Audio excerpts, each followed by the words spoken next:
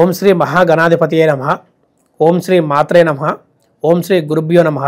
హరి ఓం. వీక్షణ మహాశైలకు నా నమస్కారములు. ఇప్పుడు రాశి చక్రంలో 6వ రాశి అయిన కన్య రాశి వారికి ఈ యొక్క ఆగస్టు నెల మాస ఫలితాల కార్యక్రమానికి వీరికి ఈ నెల మొత్తం ఏ విధంగా ఫలితాలు గోచరిస్తున్నాయి, వీరి యొక్క గ్రహస్థితులు, వీరు పఠించవలసిన స్తోత్రము, చేయవలసిన దానాలు, ఇటువంటి పూజా కార్యక్రమం చేయడం వల్ల వీళ్ళకి అన్నింటా యోగ్యత లభిస్తుంది మనే ఈ యొక్క కార్యక్రమం ద్వారా తెలుసుకుందాం. కన్యరాశి అనగా ఉత్తర 2, 3, 4 పాదములు, హస్త 1, 2, 3, 4 పాదములు, చిత్త 1, 2 పాదములు కలిస్తే కన్యరాశి అవుతుంది. ఈ యొక్క కన్యరాశికి అధిపతి బుధగ్రహము మరియు భూతత్వము, అదేవిధంగా స్వభావ రాశి. ఈ యొక్క రాశి వారు లక్షణాలు చూడగలిగితే ఎక్కువగా శ్రమ పడుతూ ఉంటారు. కుటుంబం లక్షణాలు ఒకటే ఉంటాయి వీరికి. వారి మీద ఎక్కువ ఆలోచన, వారి గురించి ఎక్కువ తాపరేత ఎక్కువ పడుతూ కూడా ఎంత కష్టపడ్డా ఎంత శ్రమించినా వాళ్ళని తలుచుకొని ఆ ఒక చీమ ఏ విధంగా అయితే ముందు జాగ్రత్తగా వర్షాకాలంలో ఎండాకాలంలో గూడు ఏ విధంగా నిర్మించుకొని సిద్ధ ఆహారం కానీ ఎట్లా చేసుకుంటుందో అదే విధముగా ఈ యొక్క రాశివారు ఆ ఒక పిల్లలకు కానీ భార్యకు కానీ తల్లిదండ్రులకు కానీ హెల్త్ విషయంలో, సంపాదన విషయంలో, ఉద్యోగ విషయంలో అన్నింట జాగ్రత్తలు ఎక్కువ చూసుకుంటారు. ఇది ఒక్కటే కాదు, ఎన్నో విషయాల్లో వీరు ముందు జాగ్రత్త ఎక్కువ, ప్రాధాన్యత కుటుంబానికి ఫస్ట్, ఏదైనా కుటుంబం తర్వాతే అన్నట్టు ఎక్కువగా జీవిస్తూ ఉంటారు. ఈ యొక్క 100లో 90 to 95% ఈ విధంగానే ఉంటారు. ఒక 5% మాత్రం వాళ్ళకి నచ్చినట్టు జీవిస్తూ, నచ్చినట్టు ఉంటూ, కుటుంబాన్ని పట్టించుకోకుండా జీవించే తత్వం కనబడుతున్నది. వీరికి ఒక్కొక్కసారి ఆలోచనలు కూడా కన్ఫ్యూజన్ ఎక్కువ పడుతూ ఉంటారు.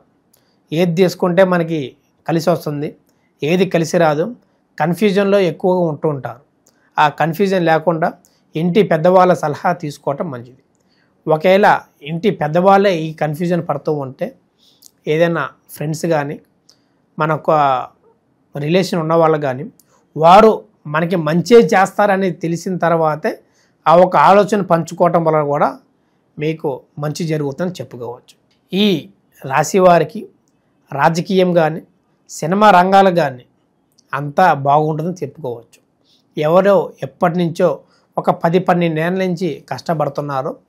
ఈ నెల వాళ్ళకి గుర్తింపు లభించి రాజకీయంలో కానీ, సినిమా రంగంలో కానీ గుర్తించి వారికి ఒక ప్రత్యేకమైన స్థానం, వాళ్ళకంటూ ఒక ప్రత్యేకమైన గుర్తింపు లభించి వాళ్ళ కష్టానికి తగిన ఫలితం కూడా ఈ యొక్క మాసం వాళ్ళకి అనుకూలమైన చెప్పుకోవచ్చు.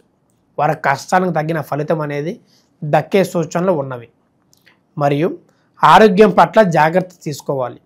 ఎక్కువగా బయట ఫుడ్లు, ఆయిల్లో ఎక్కువ వేయించిన ఫుడ్లు తీసుకోవటం వలన వీరికి ఆరోగ్యంలో జీర్ణశక్తి చెరక్క లేదా కడుపులో మంట పరంగా హాస్పిటల్ పాలయ్యే విషయంగా కనబడుతున్నది. ఆ ఒక చిన్న విషయం జాగ్రత్త చేసుకొని ఇంట్లో ఫుడ్ ఎక్కువ తింటూ, ఇష్టపడుతూ, నచ్చకపోయినా సరే 1-2 సార్లు నచ్చినట్టు చేపించుకుంటూ తినటం వంటి కూడా చేస్తూ ఉంటే వీరికి అన్నింట శుభ ఫలితాలు కలుగుతాయని చెప్పుకోవచ్చు. మరియు వీరికి వ్యాపారాలలో కొద్దిగా నష్టాలు సూచనలు కనబడుతున్నాయి.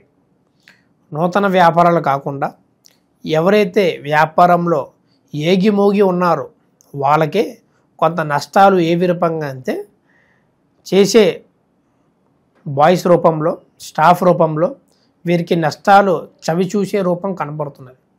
అది జాగ్రత్త చేసుకొని మనవాడే అని నమ్మి నువ్వు బయటికి వెళితే తర్వాత నీ గుండు గిరికే అవకాశం కూడా కనబడుతుంది.